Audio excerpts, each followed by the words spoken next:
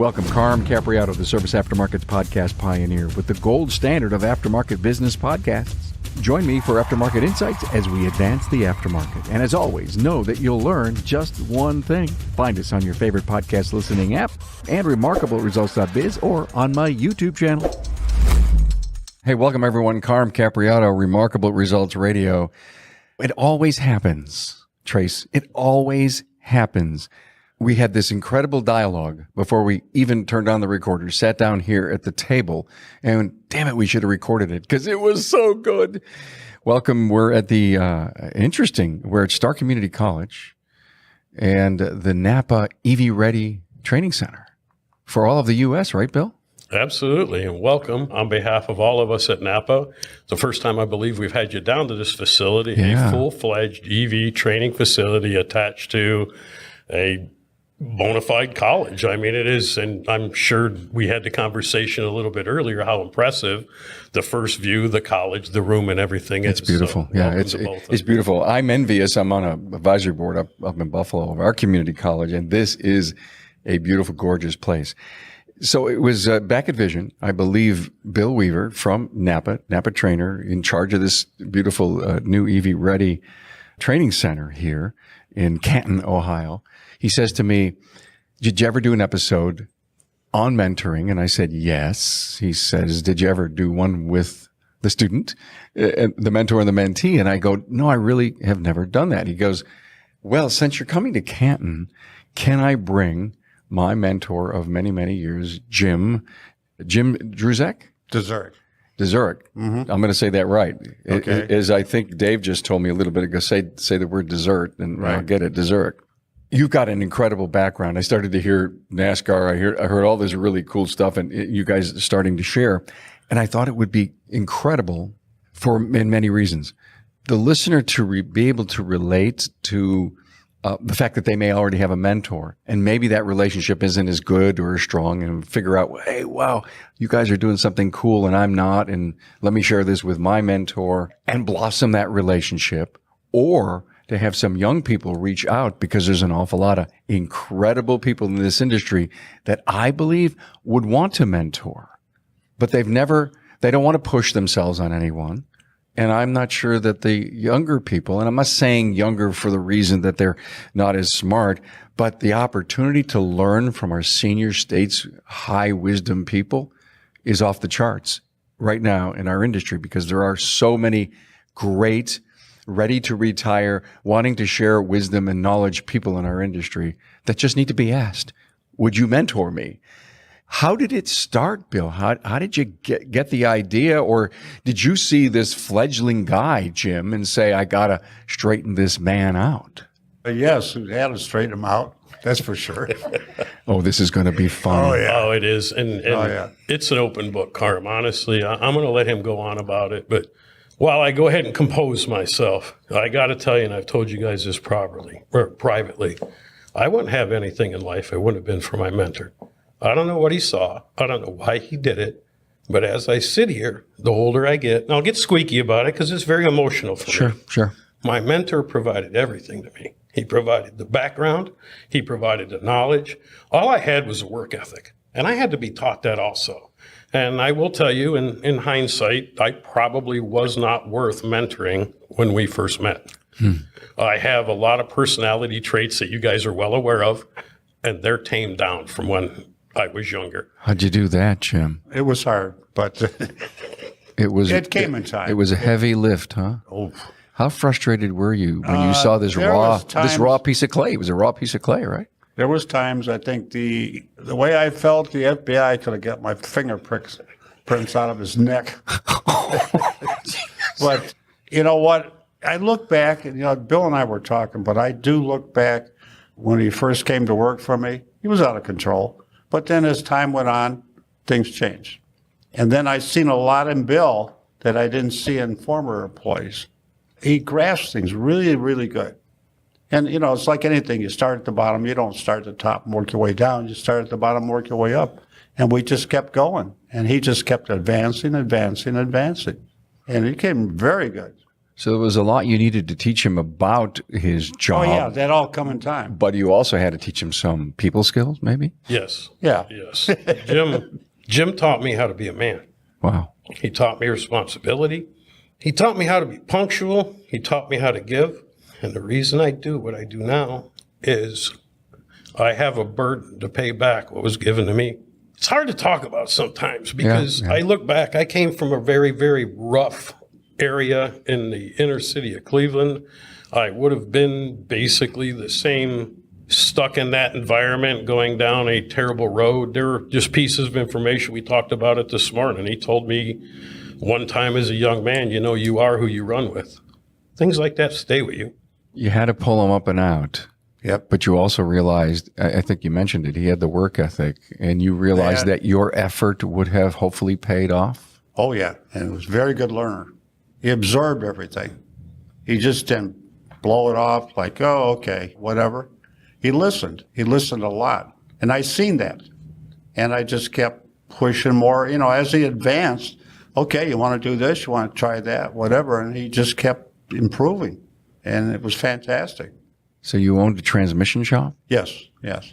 You're retired now. Oh, yeah. I've been retired for years now. For years now.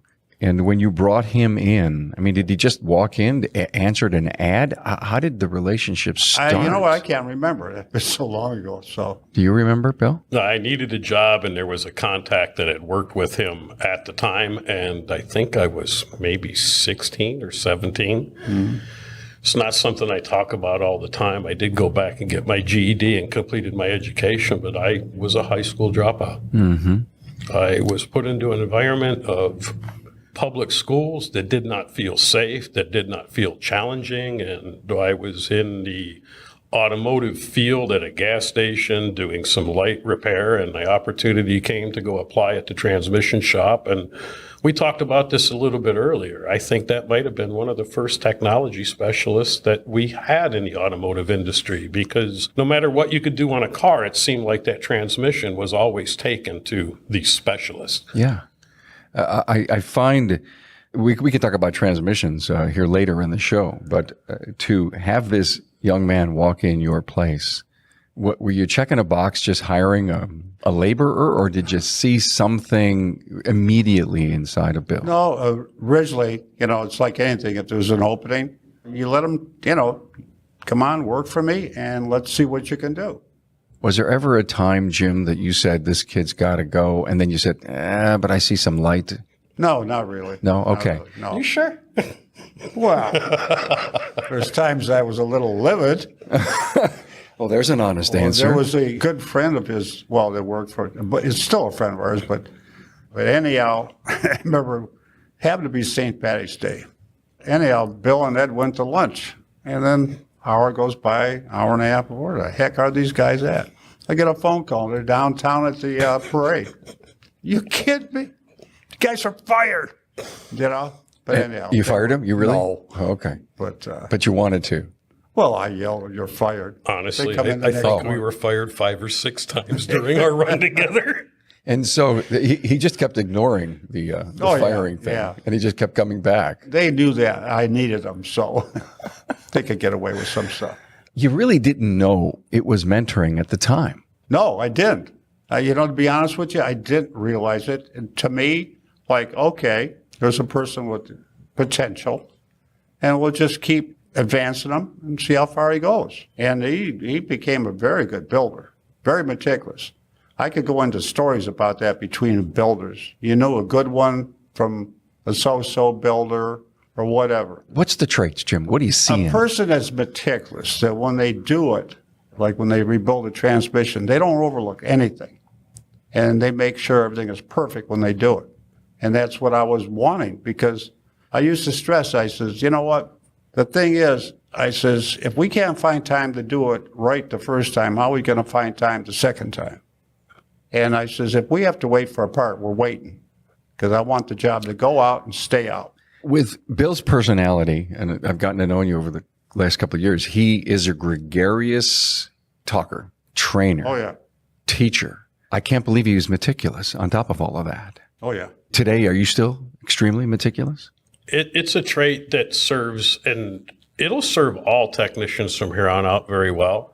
Being ordered, being meticulous, paying attention to your surroundings, just all of it, looking at the way that a washer comes out, trying to figure out why they did it this way. Why was this put here? Why is this tang on this bearing? It starts out with having, a child that will take all of his toys apart just to see how it works, and then finding a mentor that can explain to you, why does this thing have bubbles on it? Why is it cut this way? Why is there a radius on this edge? Help me understand why somebody did it this way. And then I can learn how to spot deficiencies in future projects, in anything that I touch. If you teach a mentee how to think, not what to think. Yeah, I got to stop you for a point, because it's so critical in a mentor-mentee relationship that the mentor teaches the why and the how, to your point, okay? Did you feel back in the day that you were teaching the how, but did you explain why this has to be done? Oh, yeah. Before Jim even know he was really filling the most perfect mentor role, it's almost like you were a natural mentor. Well, you know what? Bill was never shy about asking questions. Okay. And he would ask me a question. Well, this is why we're going to do it this way. This is what we're going to look for. You may think it looks good, this part's good, but the part is actually bad. This is the process that you go through. And then, you know what? That's how you make a good, like he was a rebuilder. That's how you make a good rebuilder. He knows the difference between a bad part, a good part. It worked out very well. But, at that time, I didn't know that I was a big mentor. It's just that I was teaching him how to do it and do it right. You had no idea how you were shaping this kid's life. Not really. And we became, even, he left my employment to advance himself, which I never had a problem with that, with any of my employees. If they wanted to advance, do something else, they go ahead and do it. But I'm just blown away at how he has excelled in the years. When he left you, Jim, you probably knew that he was destined for some greatness, because you gave him the gift. Yes, definitely. Definitely. Because you know what? At one time, I said, oh, he ain't that smart. And then I realized, yes, he is. Very smart. Interestingly, that Jim learned from this too. Oh, he could teach me now. It's a very Yoda moment, right? A Yoda moment.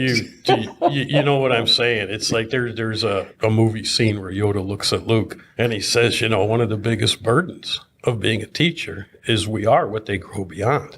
And man, does that hit home. Yeah. It just does, because that's my goal. My goal is the same as what he did for me. Give me the knowledge and let me run with it and see if I can learn more, accumulate more, and distribute that knowledge more. We've had this conversation, and I don't even know if he realizes it, but another friend of mine, a mentor who has passed away, I talked to his son one time, and he explained to me that his dad loved when I came around. And I'm like, God, I used to almost be annoyed getting parts from your dad, because I had to stand there and get a 20-minute lesson about how this hydromatic plant burned down and this had a leather seal in it.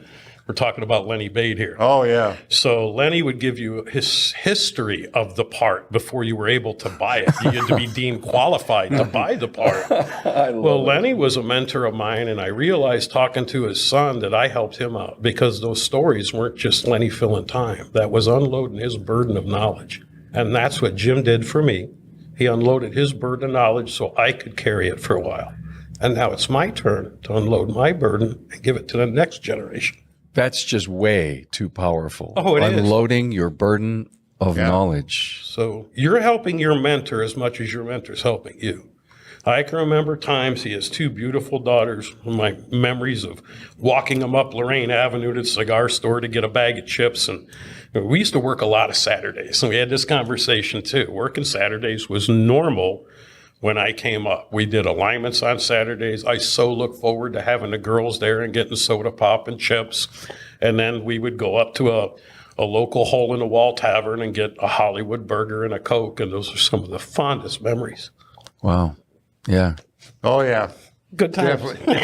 Damn good times. Saturdays were a lot of fun, especially after work.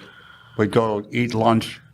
I can remember another good friend of ours, Brian, and we'd sit there at the Hollywood, and we'd be eating a burger and that. And then the TV would come on. They would have Godzilla on us, all like that.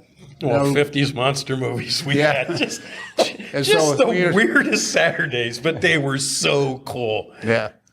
And those are the mentoring times that had to do about learning about life and being a man and respect for one another. And going back to the daughter's things, I remember times, the first engine I ever rebuilt in a car that I bought, he would take his Saturdays and he would stay and show me how to do it. There are things that this man did for me that just did not have to be done, way beyond work, way beyond getting paid for it. I told you I was from we'll say a fatherless home when I got married. This man stood in.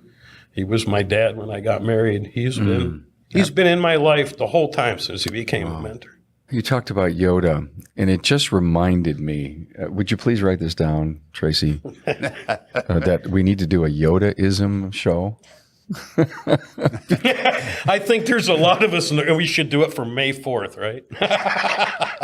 And now I have to tell you, to your point, if you go back and you watch those first 3 episodes and you hear the Yoda wisdom, you have to stop for a moment and you have to just let it sink in and realize how brilliant it was almost Bible-ish storytelling coming from Yoda. They're all just words until you actually think about it. That's right. Yoda-isms. Will you come on and do that with me? Oh, I'd love to. I'd love to start writing them down now. Let's do that, because it's still enough of us out there that, Star Wars is played probably every day on some kind of streaming channel, right? Oh, absolutely. I would Like imagine, yeah. May the 4th right around the corner, and it's Star Wars Day, so. Yeah. You remember the first time you watched Star Wars? Actually, I grew up in rural Pennsylvania, and when movies came out, it was probably about 3 months after it came out, but it was a big deal to go to a movie when I was a kid. So I remember going to Kentucky Fried Chicken before the movie, watching the movie. I remember the ride home. It was a big nerd. I mean, I'll admit it. You guys all know that. We talked about it all the time. Do you remember, Jim? Oh, yeah. Okay. I'm going to guess you were maybe 30-ish something? Probably. Okay. Where were you? Working. 30?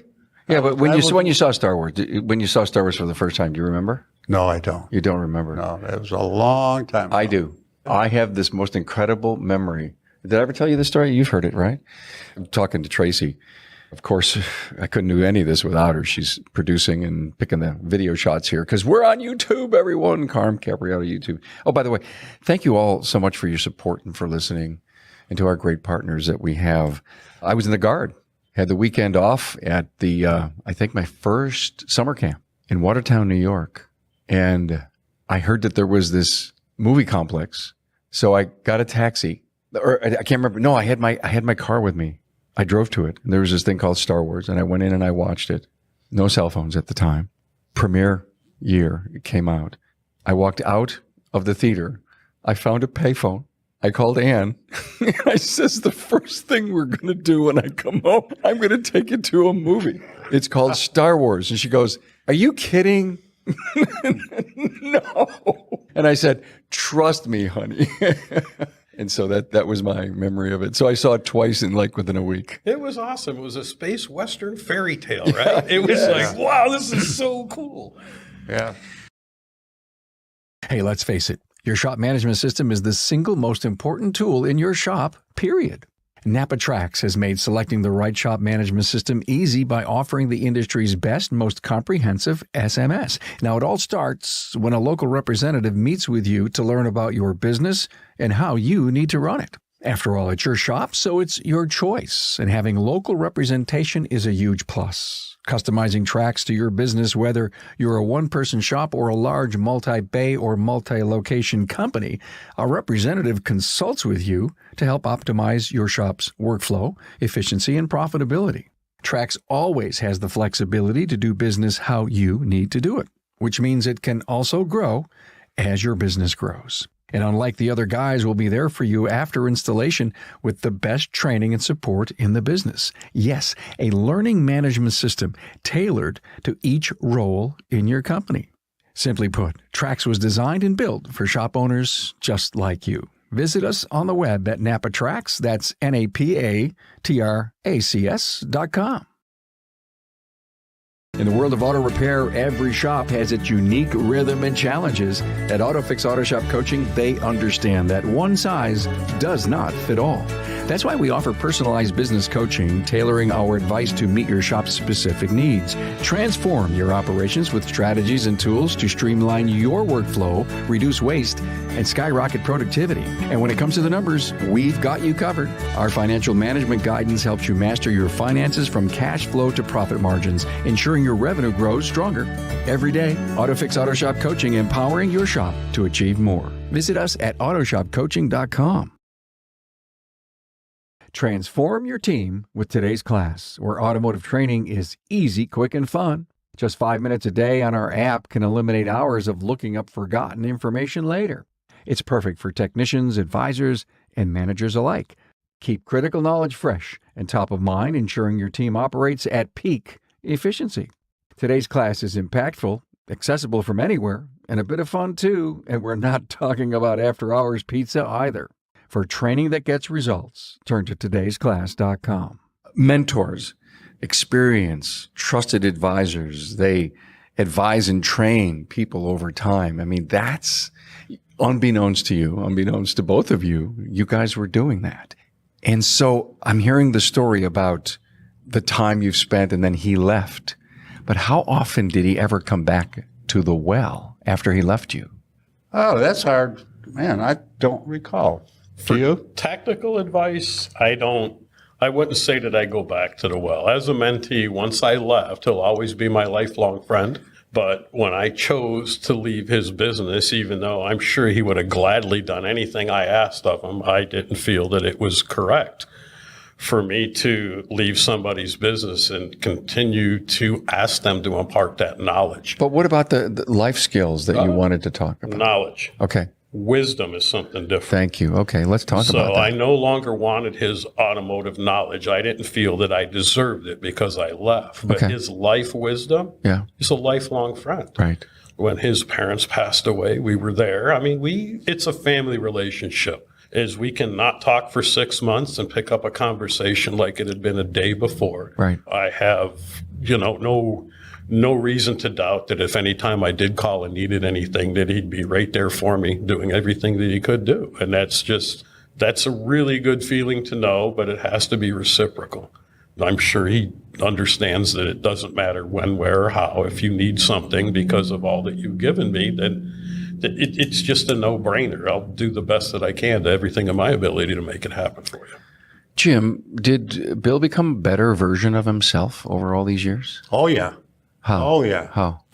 It's just hard to explain. He's just excelled, like unbelievable. Unbelievable. The knowledge this man's got now, like, wow. Oh, I'm sorry. For me, it's really hard to explain, but I mean, if you're in my shoes and you watch like how this man has grown up and just excelled through the whole industry, like unbelievable. And in fact, I have a bunch of friends that, the old farts, we all have breakfast on Friday. In fact, it's kind of funny. Will that ever happen to me someday? I hope so. I'm looking forward to that time. You should hear the stories and the things that these guys exchange over a breakfast with no hurry to go anywhere. But I brag about Bill all the time. If somebody brings something up automotive, Yeah. I said, I have an employee, and I said, well, it used to be my employee. He's just one of my best friends. And I says, my God, the intelligence that man's got, I said, I feel when we start to talk about something, I'm lost. I'm totally lost. But Wait a minute. Are you talking to him about all the new stuff today and the EVs and all the high-tech stuff that's on the cars? I love it. You love to hear about it, but you're blown away. Oh, yeah. I love hearing about it. How does it work? Why does it work? I have a 31 Model A. Anyhow, if you look at that car and what we got going today, what in that short period of time, look at how, it's just unbelievable how technology has just advanced. Even from when I retired, the transmissions, how they have totally advanced. I would be totally lost at first. The biggest problem with the transmission industry that we had back in the day is there was no schools out there. I had to pick up and read and read. It's the only way you could find out, how does this work? How does that work? Why does it work? Also part of my mentorship program. When you see, and this goes into everybody out there that's listening, if you want to know how to get your guys to take training and take it seriously, there was one person that showed me how to show up in the morning early before the public got there, open up the garage door, crack it open, turn on the exhaust fan, pull the cool air in with no phones ringing, and sit down and read a technical article. Yeah. Sit down and do a little bit of research before the day even started. It was those habits, those mentoring habits. Nobody ever told me to do it. I learned by watching the people that were successful, and that's what he did. He would show up early. He would get the research done. He would show me how to find it. Back in our day, not only weren't there classes, there was really, the internet didn't exist for us. If it was printed in a book wrong, it was in the book wrong forever. Right. If it never got printed in the book, it was never printed again.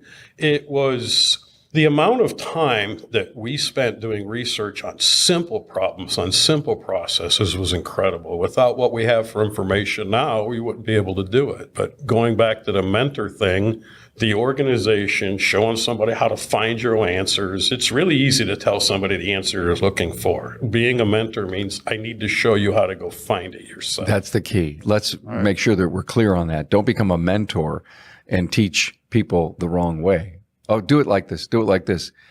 I think struggle is a part of any person who's learning to be better at anything in life and or being a technology specialist, mechanical specialist. You got to fail forward somehow. And the mentor needs to be there to pick you up and to help you redirect. I'm glad you brought up failure. We had that conversation about failure. Failure is an option. Failure's always been an option. Failure has been a mentor and a teacher of mine for as long as I can remember. Failure taught me how to walk. Failure taught me how to ride a bicycle. Failure taught me how to diagnose a car. And I don't look for failure all the time, but I do know somewhere behind me, failure is always standing. And it's become a motivation and a mentor along with the people that are physically in your life. That's how you learn and grow, making yourself uncomfortable, stepping out of that little box that you're in where you understand where all four walls are, your limitations. You don't really understand your limitations as a person, as a technician, or as a mentor until you start to make yourself uncomfortable. Jim, did you try to catch him before he made a mistake, or did you let him fail a little bit?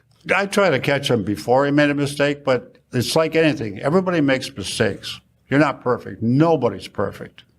And when you make a mistake, and then you go back and say, here's where I made my mistake.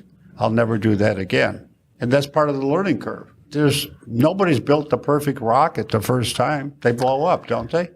That's been going on a lot lately with Elon, huh? But it's a learning curve. They're learning. I mean, the technology, even with those rockets, I'm just blown away at the rockets. That's my new thing now. Oh, really? Oh, God, I'm following Elon. Oh, I want to go to Mars with him. But anyhow, here. Whoa. No, first to the moon. We can do a virtual podcast, I'm sure. Yeah, first to the moon. I want to be first in line with that. A couple times, I don't normally make comments on stuff, but people make a comment, well, he just blew up another rocket. You know, they go, oh, what a jerk, this and that, blah, blah, blah. Yeah. One time I made a comment I said, you don't understand. You have to fail before you succeed. Yeah. And that's like in anything. I mean, yeah, there's a lot of times I tried stuff and it did work out. End up doing the job over again. So when did you start in business? I started turning wrenches in 1960, right out of trade school, but probably 1966. Wow. West 130th? Yeah. West 130th. I'm sorry. I'm only laughing because you have a steel trap brain, Bill. He does. Oh, you're going to love this. Does. This man does not forget anything. Do you remember buying auto parts from Kovaci Brothers? Oh, yeah.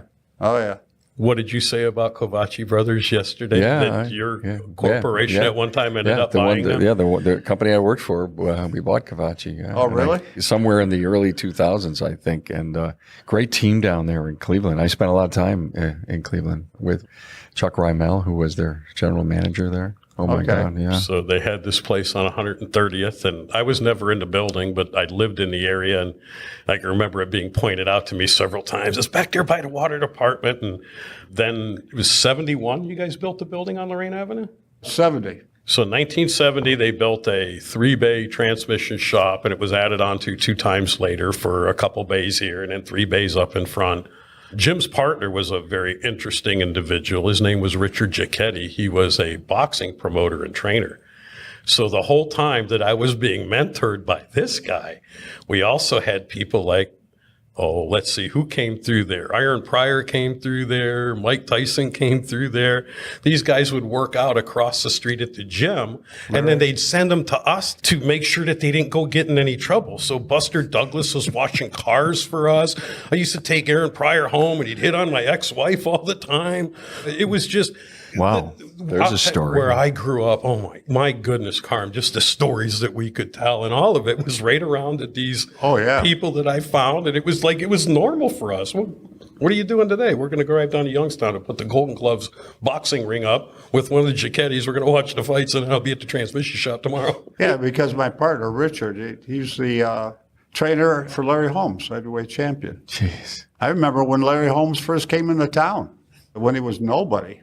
And then he excelled. But I love these stories. These are stories I grew up with. I just love these stories. You heard the NASCAR stories, yeah, too, and right? I was about ready to go there because as we always shaking hands, meeting people, and then the conversation just flew. And I said, stop.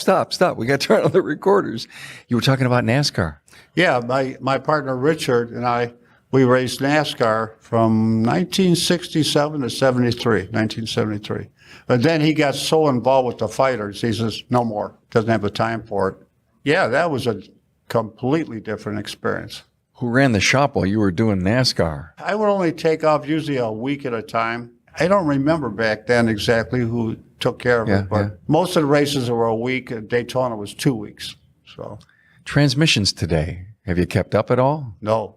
Oh, wait a minute. That was just too quick of a fast answer there. Wow. 2009, he was done. Yeah, done. Well, you got to remember, I turned wrenches all the way up to 2000. I closed the shop up in 2008. December 2008. So all those years I turned wrenches. No, I don't want nothing to do with it. I want to enjoy life. You turned wrenches for 42 years, right? Yeah. You retired in, so 16 years you've been retired. Yeah. And I don't know where it went to. And you don't look a day over. Well, I'm 83. What's the secret? I'd like to take some of that stuff. Well, my dad made it to 100. No kidding. Yeah. 83. He had all his faculties. You can sit there and play cards with you. They square danced until he was like 98. Oh, Mom and Dad totally forgot. Thank you. High school sweethearts. I mean, the mentor part, Carm, the stories that this man has imparted into my life, just all of it. It's like. So you got family from him, didn't you? Yeah. You watched it. I tell you what, my mom and dad went ballroom dancing every Saturday night. To the point when he didn't drive, I drove him to the ballroom. They took his car, but he was still dancing. I had to take his car keys away. My dad had a small accident, then he had another one. I hope never that she goes on a podcast down the road and says, "You remember Carm, don't you? I had to take his keys away." I hope that. Yeah. Funny thing is, my mom was upset with me because I took the car keys. My mom didn't drive. She was upset because I took the car keys away. Like, I remember that day. That wasn't a good day. No. So every time you get in front of a class, do you think of Jim? I do what I do because of Jim. And Jim shared something with me a long time ago. Instead of being a transmission builder, he really wanted to be a teacher. He really wanted to do that. Yeah, I did. And I got to tell you, you did it. You did both, because between Ed, myself, Tim Skettle, the amount of people that you enabled that are in business now, you did it. I mean, a majority of them. And the things I look back at that I'm proud of, I mean, Billy and Eddie and Tim, all these guys. But there isn't one employee that if they walked up to me, we're friends all these years. Never, and no animosity whatsoever. If they left for a better job, not a problem. You know what? I'm very proud of Bill. When he was teaching a class, it was in, what was the college? Wait a minute, what's the college out there? Lorraine Community College? Yeah, Lorraine Community College, I couldn't think of it. But anyhow, I went to his class. When I sat there, In fact, it was like at an employee reunion because Ed was there, Billy was there, who else was there? Jerry. Jerry Dipple was Jerry there. Dipple was there. But anyhow, I sat there, and what really, really impressed me, when I sat there and I'm looking around the classroom when Billy was teaching, there wasn't one person looking around. There wasn't a person on their cell phone. They were paying attention to Bill. Bill has that knack of getting your attention. He keeps your attention. That is a good teacher. It seems to. Thank you for bringing that up because I know you're a talker. You're fluid. You're smart. It's easy to listen to him. Exactly. And he's so energetic. I think it's an incredible quality to have. No one wants to miss a word he's saying, I bet. Exactly. And I sat there and I says, he found his niche. Yeah. Teaching. Jim, when he called you up and says, I'm going to become a trainer, what'd you think? Good. Because Billy, like you say, Billy's got it perfect for being a teacher. Billy, he knows how to keep people's attention. I got to start calling you Billy. And listen, it's a term of endearment. He knew me when I was a child. Literally. What can I say about that? To have an adult in my life call me Billy. Well, that's all I've ever known is Billy. Yeah, you've always known him as Billy. But back, 16, 17 years old, right? They used to call me Pee-wee. I was a tiny little skinny kid a long time ago. What happened? I don't know. Good life happened, I guess. But it's a lot of fun what I do. But I do it because of the people that gave to me. And it's really easy for me to stand up in front of somebody and impart knowledge to them because I've accumulated it and I just love to share it and the ability to talk to technicians. I am not the same person if you take me to a corporate retreat or what you guys were doing yesterday over at that event over at the Cleveland Clinic. That is not my area. Right. While I will still talk, that's not where I'm comfortable. But if you put me in front of a bunch of room full of people that just want the knowledge that want, somebody please just explain this to me in a way that I can understand it so I can move on and try to figure out what the next part of my diagnosis is going to be. That's the part that I really enjoy about what I do. And that was given to me from the mentors like Jim that have been around that would answer my questions and then take the time out of whatever they were doing just to stop what they were doing and make sure that I understood it. That's the gift. You know what? And I agree because Billy knows how to talk to guys that work on the cars every day, not to a bunch of scientists, whatever, or engineers, let's put it that way. Anyhow, it's just like back at one time I wanted to teach, but I didn't have the education. So I was out of the game. So I did the best I could. But that's where I think Billy's got it. He knows how to talk to the person that's in the pits working on these cars that wants to learn something. This way, it makes their job easier. Let's put it that way. It's interesting the way you talked about that he's doing what he was almost designed to do. Let's call it that he found his calling. Okay. Exactly. Are there enough people that have found their calling that you see sitting in your class that maybe are struggling and you say, this really isn't for them? They're struggling so much that there's people that have grown in our industry. They turned wrenches. They spent their time and now they're directors, they're trainers, people. I don't think there's a button to press or fingerprint to have that says you're really meant to do this. How do people find their calling? I guess that's my point. It's hard to say. Yeah, I know, isn't it? I think it's there, and eventually it finds its way out. I don't know. Wow. Anybody explain it to me? Eventually it finds its way out. But you got to almost be looking for it, too. I think it's a lot like sailing. I think that there are times where the wind is going to be against you, but if you can figure out how to tack your boat and go against the wind to keep going in the direction that you want to go in, it's kind of important to keep your eye on the destination that you want to be at, knowing that the road may not go directly there. They're inside of you. You may not know what your calling is. I did not know that being a teacher would be so rewarding. In fact, repairing something, putting it back together, the satisfaction of 1,000 pieces in a transmission to work correctly or an engine to bring it back to life, that was very satisfying. But it also became, after a while, factory work. I mean, if I think about it, at times we were building 2 transmissions a day for 20 years. And it's like when you get to your 8,000, 9,000 unit that you've built, it's like, oh, this is just monotonous. It might as well be factory work at this point. Yeah.